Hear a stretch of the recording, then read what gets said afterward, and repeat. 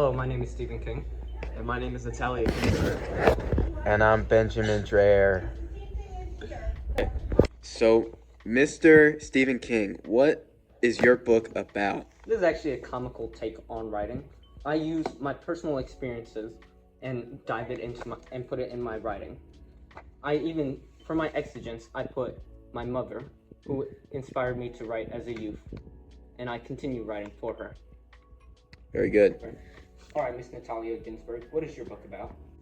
So, my book delves into more serious and melancholic tones, such as the loss of a loved one, And it is about the struggles of living during World War II and the struggles of adapting to life after World War II, told through a series of short essays.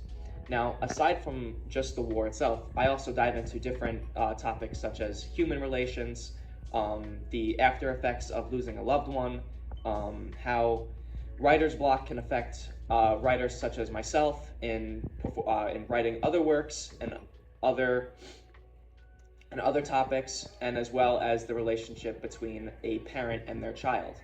All of this is told in my book, The Little Virtues.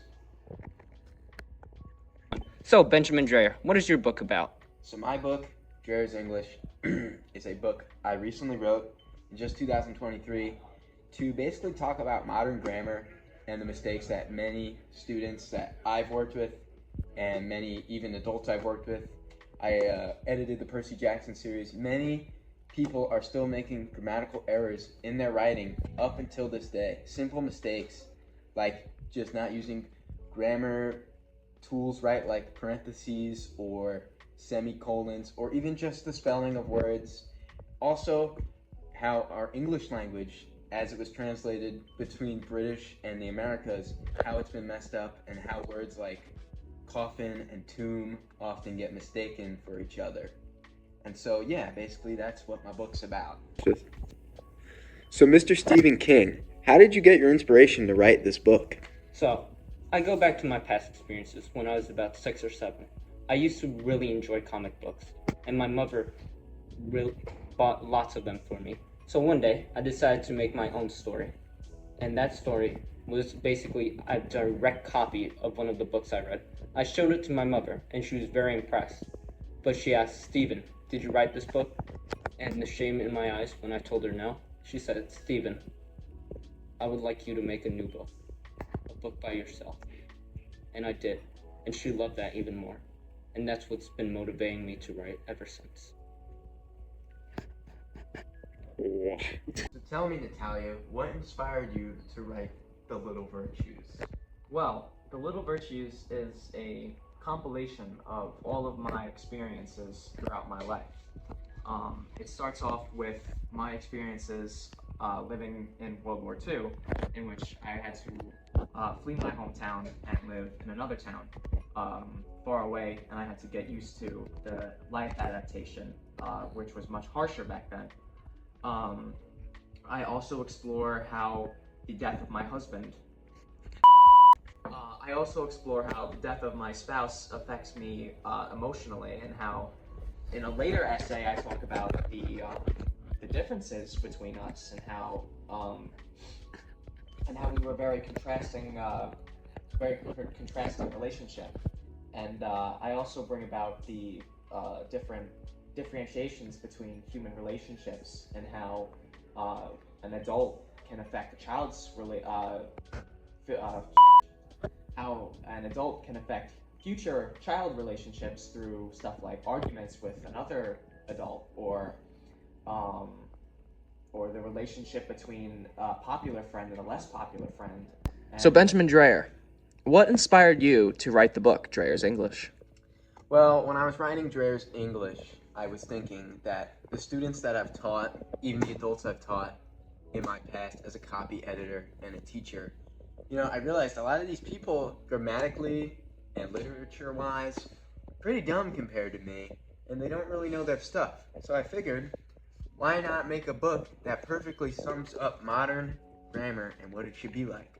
Grammar that is both grammatically correct, literaturely correct, and also just doesn't take the feelings, emotions, and tone and sucks it right out of a book.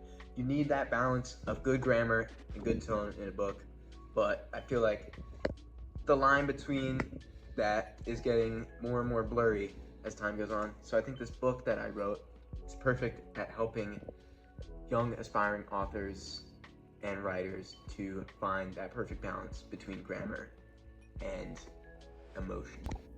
So Mr. Stephen King, what tones and diction did you include in your book?